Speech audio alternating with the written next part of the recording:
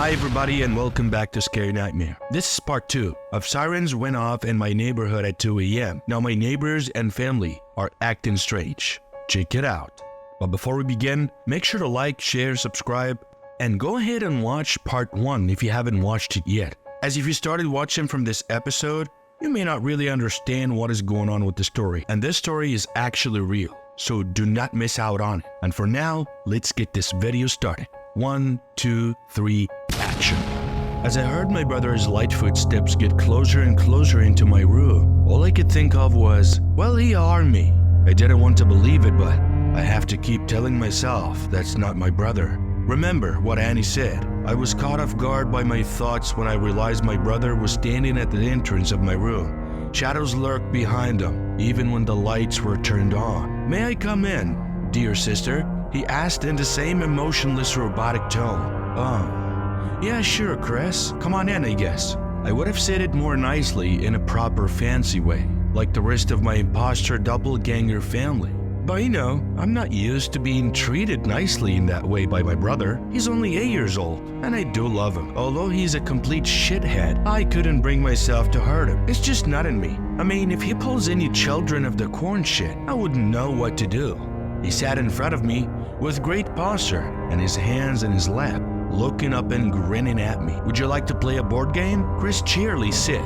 He tilted his head just like Mom did. I was too afraid to say no, thinking of how my brother's grip got insanely strong when I lifted the table. Then I loosened when I acted all nice about it. Then I was like, sure buddy, what do you want to play? All of a sudden, Chris started cutting me off, talking about playing monoplay. He quietly stated, the grin now gone, replaced with his head going down low, his deep empty eyes looking at me, Pennywise style. Then he suddenly perked back up and that stupid fucking grin was on his face again. All they do is grin, literally. I was like, oh okay. I got up slowly and got monoplay, which was in his room.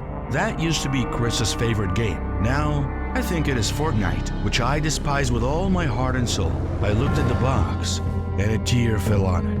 I was like, where the hell am I? I asked myself, falling to my knees. His room had a strange stench, like rotten flesh. Then my brother started calling my name, very loudly.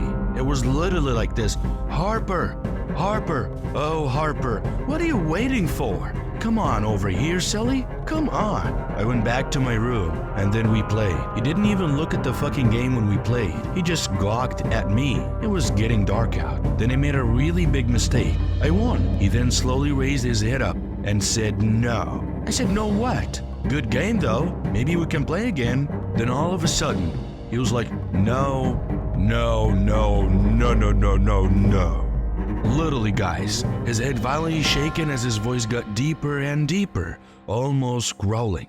Then he started to charge at me. I got up and tried to run, but my dad stopped me in my tracks. He looked at me, then looked at Chris, who was 1 inch away from me. Dad looked at him with bloodshot eyes, quickly put his hands over his head. Then I saw Chris stop chanting gibberish and charging at me. He squeezed past me and picked up frozen Chris by the head and carried him off to his bedroom. I stood there with my mouth open for about 2 minutes, comprehending what just happened. Out of frustration, I kicked the game board and threw all the fake money. I was yelling when I heard my mother's voice, her regular sweet tender voice. She was calling for me. She was yelling.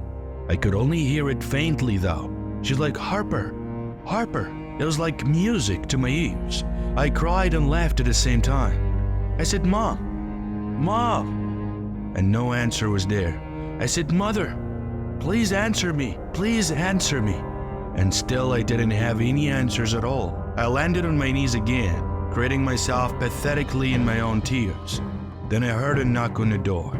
What troubles you, my dear? I said, oh, this is Mom number 2. I literally started calling them Dad number 2, Chris number 2. Hell, even my freaking hamster was weird. I called him Hamburger number 2. Yes, I named my hamster that. I asked in a surprisingly concerned tone. I didn't answer though. I flinched when I felt her cold hand touch my shoulder. She whispered into my ear, I made some warm cookies for you. Warm milks as well. It was oddly comforting. That all went away though when I turned around and saw that stupid grin. I wanted to smack it off her freaking face. It was so lifeless. But then I found myself saying, I would like some, and she said good. She wiped the tears off my face and went to get the platter of cookies off my dresser. It smelled delicious, but I remember what happened with the pancakes before. She handed me the platter and my warm milk, patted my back, and gave me a cold kiss on the cheek. Then she said, call me if you need me, and she exactly said that before leaving. I then immediately closed the door behind me when I saw her walking away, and then I said, fuck your stupid cookies, I know what you're doing. And then I started looking up at the sky, saying, you're trying to mess with my mind, huh? But that won't work. That won't work, alright? I threw the cookies into the spotless porcelain toilet and flushed it down. After I flushed it, Blacko started gurgling and bubbling out of the toilet. I yelped and slammed the toilet cap down. I started to cry again. I drank my milk as I was very thirsty.